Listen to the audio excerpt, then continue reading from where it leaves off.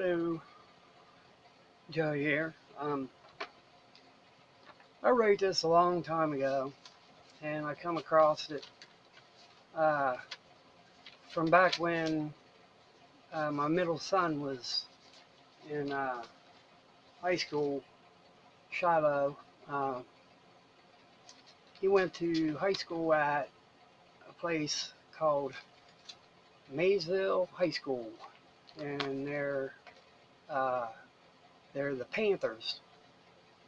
At any rate, um, politics play a big role. You know, the last name of an athlete at that school is not taken lightly.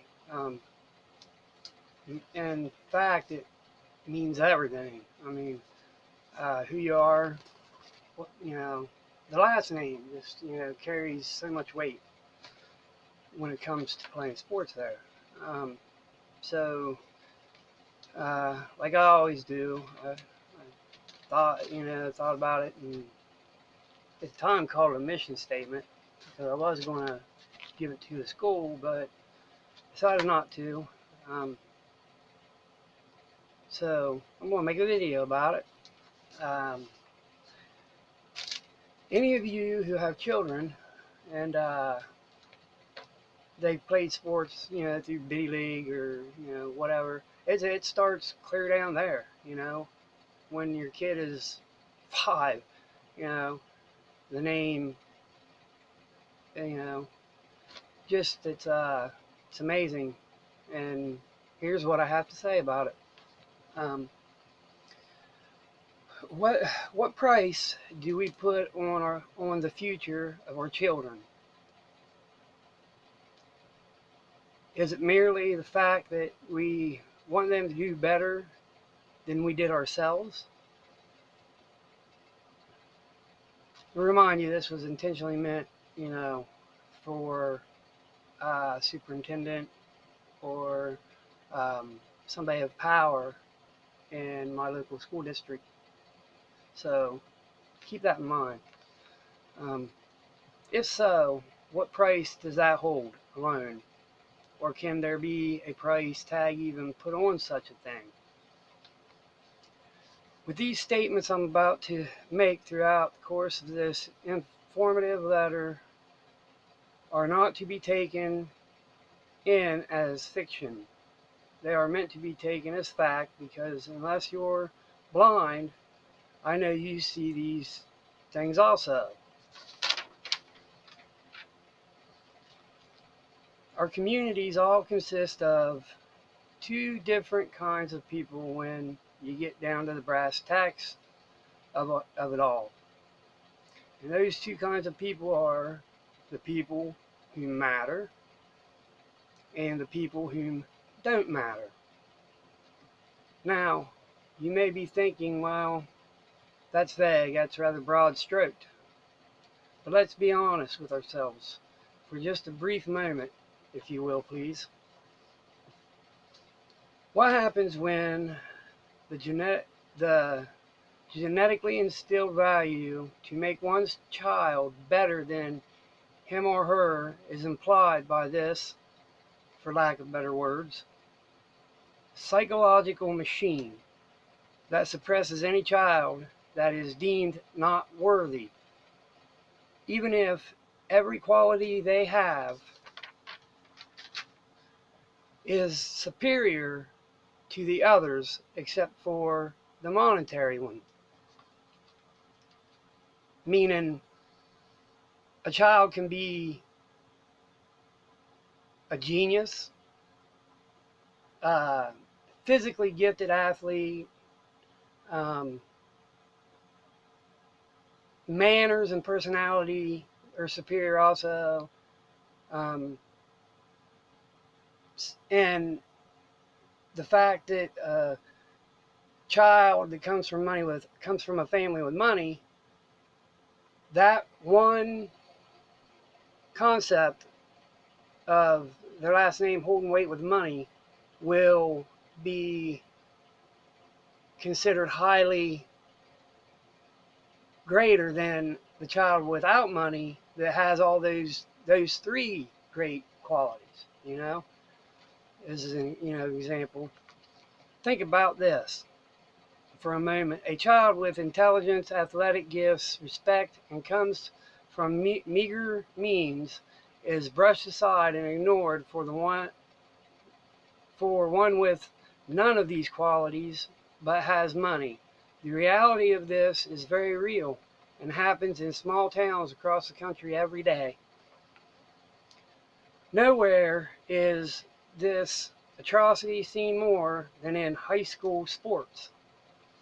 How many futures are taken by this bias machine?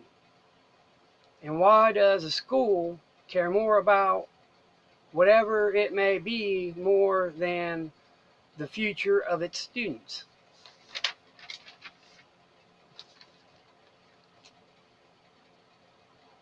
Now, I thought the future of the students is supposed to be a school's number one pursuit.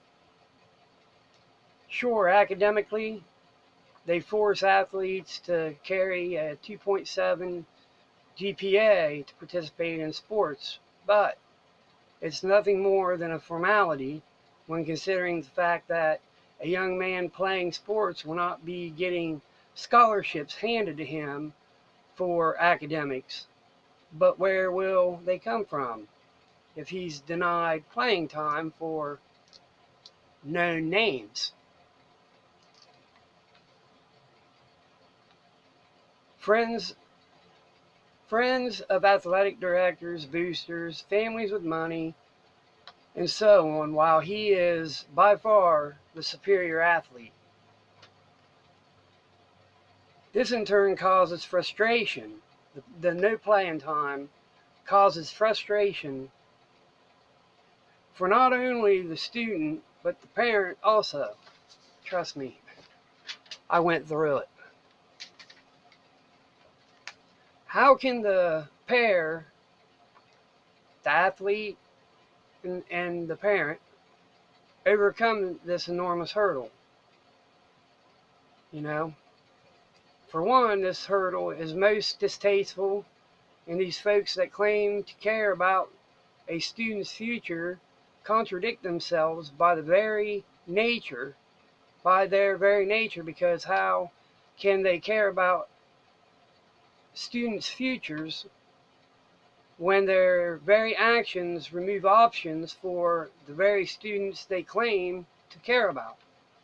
I, for one, find this very distasteful, frustrating, among many other feelings I have for it. Not a one is a good one.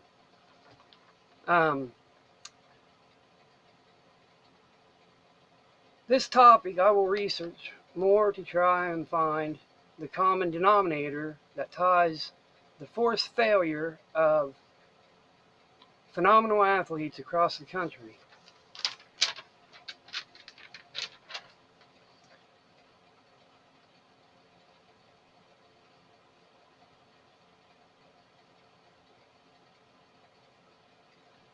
I want to break this problem down to its smallest and most obvious parts, which that's usually how I solve problems. Look at a problem, break it down into pieces, into its most, its smallest parts, as small as I can get them, and then work my way back up.